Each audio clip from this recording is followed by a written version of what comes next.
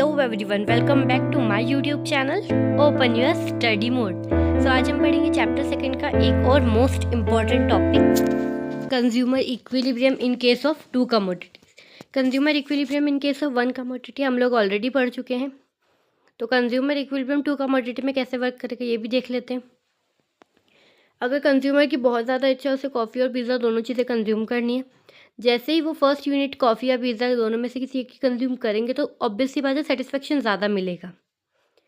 इसी चीज़ को tabular form में समझते क्या कह रहा है ये, कॉफ़ी जैसे ही कंज्यूमर कंज्यूम करेगा उसे MU ज़्यादा मिलेगा। ठीक है, फर्स्ट कॉफ़ी कंज्यूम करते ही, और कॉफ़ी का प्राइस यहाँ पे 2 रुपीज़ दिया है। यूनिट्स दी हैं 1 to 5 यूनिट्स। अगर फर्स्ट यूनिट का कंजम्पशन करता है तो उसे सेटिस्फेक्शन कितना मिलेगा, 100। ये सिर्फ एक अज्यूम नंबर है। सेकेंड के यूनिट के कंजम्पशन से 80, थर्ड से 60, फोर्थ से 40 एंड फिफ्थ से 20। मतलब MU डाउनवर्ड जा रहा है। क्यों जा रहा है MU डाउनवर्ड? हमने पढ़ा है मार्जिनल यूटिलिटी हमेशा डाउनवर्ड जाती है। The consumer also consume pizza at the same time. अगर उसी टाइम पे कंज्यूमर पिज़्ज़ा भी कंज्यूम करता है तो फर्स्ट पिज़्ज़ा से ऑब्वियसली बात है उसे सेटिस्फेक्शन ज़्यादा मिलेगा। यहाँ पिज़्ज़ा की प्राइस ₹3 है, कोई भी इसे रियल प्राइस से कंपेयर नहीं करेगा। तो यहाँ पे भी MUY जो है वो धीरे धीरे डिक्रीज हो रहा है। MUX एंड MUY मीन्स होता है, MUX मतलब हमने कॉफ़ी को यहाँ पे X अज्यूम किया है कमोडिटी, और कमोडिटी Y हमने पिज़्ज़ा को अज्यूम किया है। ठीक है, सो यहाँ पे क्लियरली आपको टेबुलर फॉर्म में समझ में आ गया होगा। पर आप यहाँ फाइंड कैसे करेंगे कि कैसे पता चलेगा सेटिस्फेक्शन पॉइंट कौन सा है। अगर now suppose the consumer wants to achieve 30 utils of satisfaction. यहाँ पे क्लियरली बोल दिया है कि कंज्यूमर को कितना सेटिस्फेक्शन चाहिए, 30 यूटिल्स का सेटिस्फेक्शन चाहिए पिज़्ज़ा से और कॉफ़ी से, दोनों से। ठीक है, thus it is known as money worth, और ये उसका MUX marginal utility of money भी होगा। ठीक है, 30 यूटिल्स। सो हमारा जो पुराना फार्मूला था यानी कि consumer equilibrium in case of one commodity, वो फार्मूला हम यहाँ पुट करेंगे। MUX में हम किसका मल्टीप्लाई करेंगे, प्राइस का। 30 × 2 करेंगे तो हमको 60 मिलेगा। 60 यानी कि उसका इक्विलिब्रियम पॉइंट होगा कॉफ़ी का। ऐसे हम पिज़्ज़ा का देखेंगे, अगर 3 उसके रुपीज़ है, 3 का 30 में मल्टीप्लाई करेंगे 90 आएगा। तो 90 यानी कि थर्ड यूनिट के कंजम्पशन पे हमें सेटिस्फेक्शन मिलेगा, इक्विलिब्रियम पॉइंट हो जाएगा हमारा वो। तो यहाँ पे क्लियरली गिवन है MUX अपॉन PX। MUX कितना है हमारा 60 और प्राइस कितनी है 2। MUY 90 है और PY 3 है। डिवाइड करेंगे 30 30 30, दैट मीन्स हमारा तीनों चीज़ें जब इक्वल आ जाती तो हमारा पॉइंट होता है consumer equilibrium in case of two commodities. आपको ये बात बहुत अच्छे से ध्यान रखनी है कि इक्विलिब्रियम पॉइंट फाइंड करने के लिए हम अंदाज से नहीं करते, उसे एक फॉर्मूला होता है, उस चीज़ को अप्लाई करके ही हम उसका इक्विलिब्रियम पॉइंट निकालेंगे। क्लियर? नेक्स्ट आ जाते हैं हम इंडिफरेंस कर्व पे। इंडिफरेंस कर्व क्या होता है? An indifference curve is a curve that represent all those combinations of two goods that give the same level of satisfaction utility to the consumer। यानी दो अलग अलग गुड्स का ऐसा कॉम्बिनेशन जिसे हम जब कंज्यूम करते हैं तो हमें सेम लेवल का सेटिस्फेक्शन मिलता है। Indifference curve means the graphical presentation of various alternative combination of two commodities. Obviously बात है जब आप दो गुड्स को कंज्यूम करेंगे तो आपको सेटिस्फेक्शन मिलेगा, तो आपको उनका एक अलग अलग जो कॉम्बिनेशंस बनाते हैं वो इंडिफरेंस कर्व होता है। बेसिकली एग्जाम्पल है एप्पल एंड मैंगोज़ का। अगर एक यूनिट एप्पल की कंज्यूम करी, 15 मैंगो की करी, तो जैसे जैसे आपका एप्पल का कंजम्पशन आप बढ़ाएंगे वैसे वैसे मैंगो का कंजम्पशन आपको कम करना पड़ेगा, दोनों को बैलेंस करने के लिए। क्यों कम होगा? क्योंकि आप अगर एप्पल ज़्यादा खाएंगे तो ऑब्वियसली बात है मैंगो कम खाने में आएंगे, तो इसीलिए वो एक डिक्रीज़ होगा तो एक इंक्रीज़ होगा। तो इसका आप देख सकते हैं, मैंने ग्राफिकल प्रेजेंटेशन पे बताया मैंगोज़ का एंड एप्पल का। फर्स्ट अगर आप एप्पल खाते हैं 1A + 15B यानी कि 15 mangoes, 2A and 10M means 2A and 10B means 2 apples and 10 mangoes, 3 apples and 6 mangoes, as it is 4 apples and 3 mangoes, 5 apples and 1 mango. ये combination और ये डाउनवर्ड जा रहा है। क्लियर? इंडिफरेंस मैप क्या होता है? Indifference map is a collection of indifference curve. यानी कि अगर ग्रुप ऑफ इंडिफरेंस कर्व होंगे, यानी कि more than one indifference curve होगा, अगर इंडिफरेंस कर्व का ग्रुप होता है तो उसको हम इंडिफरेंस मैप कहते हैं। An indifference map is a collection of indifference curve in which each curve represent different level of satisfaction. अगर कोई कंज्यूमर है, उसने एक बार दो चीज़ों का कॉम्बिनेशन ट्राई किया, फिर उसकी इच्छा हुई मैं बाद में और दूसरी दो चीज़ों का कॉम्बिनेशन ट्राई करता हूँ, ऐसे जब वो बार बार करता जाएगा तो अगर उसने 4-5 टाइम्स किया ही ट्राई, तो जो वो 4-5 इंडिफरेंस कर्व होंगे उनका ग्रुप मिलके बन जाता है इंडिफरेंस मैप, और सभी का अलग अलग लेवल ऑफ सेटिस्फैक्शन होता है. Each of them shows a given level of satisfaction. हर एक कर्व अलग अलग सेटिस्फेक्शन बताता है. जो सबसे ज़्यादा हाईएस्ट कर्व होता है वो सबसे ज़्यादा सेटिस्फेक्शन बताता है. जैसे इंडिफरेंस कर्व मैंने बता रखा है IC 1, 2, 3 एंड 4. जो 4 है वो सबसे ज़्यादा सेटिस्फेक्शन डिनोट कर रहा है, नहीं बता रहा है सबसे ज़्यादा सेटिस्फेक्शन क्यों, क्योंकि वो सबसे ज़्यादा ऊपर हाईएस्ट है. यहाँ पे कंज्यूमर को बहुत ज़्यादा सेटिस्फेक्शन मिला है.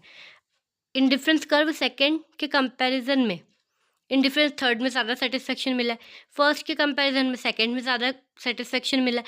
ऐसे ही इंडिफरेंस कर्व जो फोर्थ है उसमें सबसे ज़्यादा सेटिस्फेक्शन मिला है.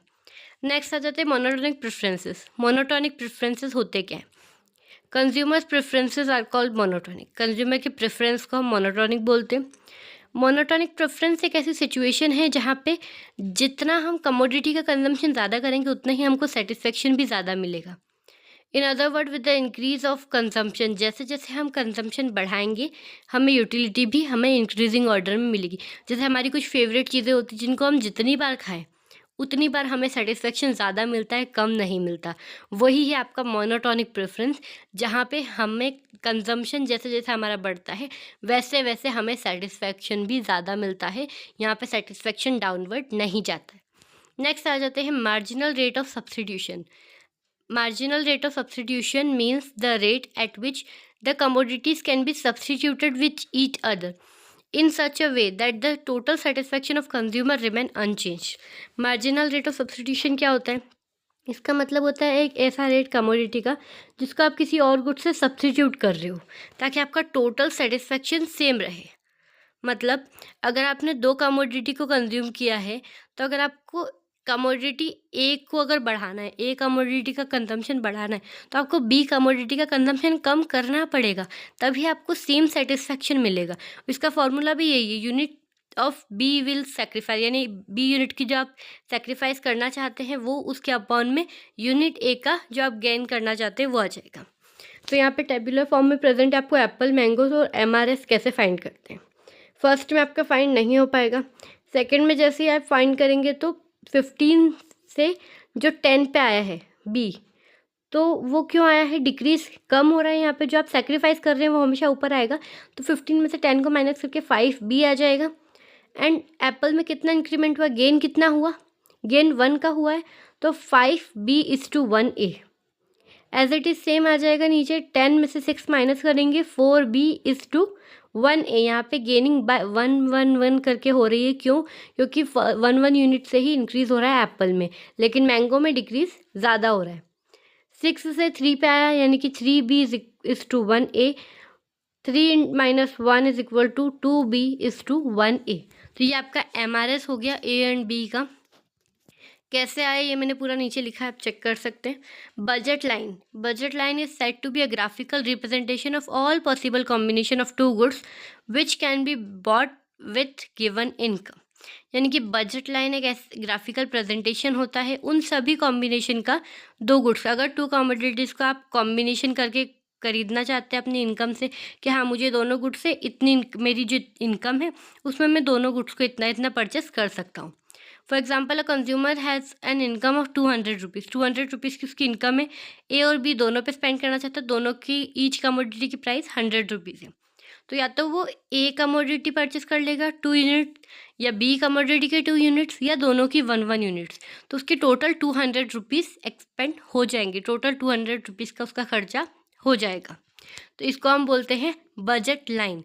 यानी आपका जितना बजट है उतना एक्सपेंड करके, उतना खर्चा करके आप अपने आप को सेटिस्फेक्शन कैसे दिला सकते हो. Budget line is also called price line.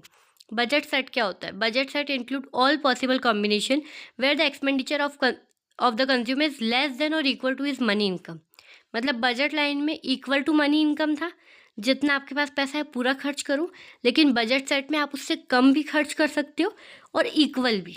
Equal तो हो ही सकता है, लेकिन आप मोस्ट प्रोबेबली कम खर्चा करके अपने पैसे सेव भी कर सकते हो, बचा भी सकते हो। बजट सेट, जैसे आप लोग अपने घर में देखते हो कि हर एक चीज़ का बजट सेट होता है कि नहीं, इस इतना खर्चा इस कमोडिटी पे किया है तो हम नहीं करते दूसरी, अगर ज़रूरी नहीं है तो उसको स्किप कर देते, हमारी थोड़ी सेविंग्स हो जाएगी। That is budget set. And budget line means जितनी आपकी इनकम है उतना ही आपका एक्सपेंस होगा। तो बजट लाइन हमेशा मनी इनकम की इक्वल रहती है, और बजट सेट इससे कम भी हो सकता है और इक्वल भी हो सकता है मनी इनकम के। Thank you for watching. Please like, share and subscribe my channel. Open your study mode.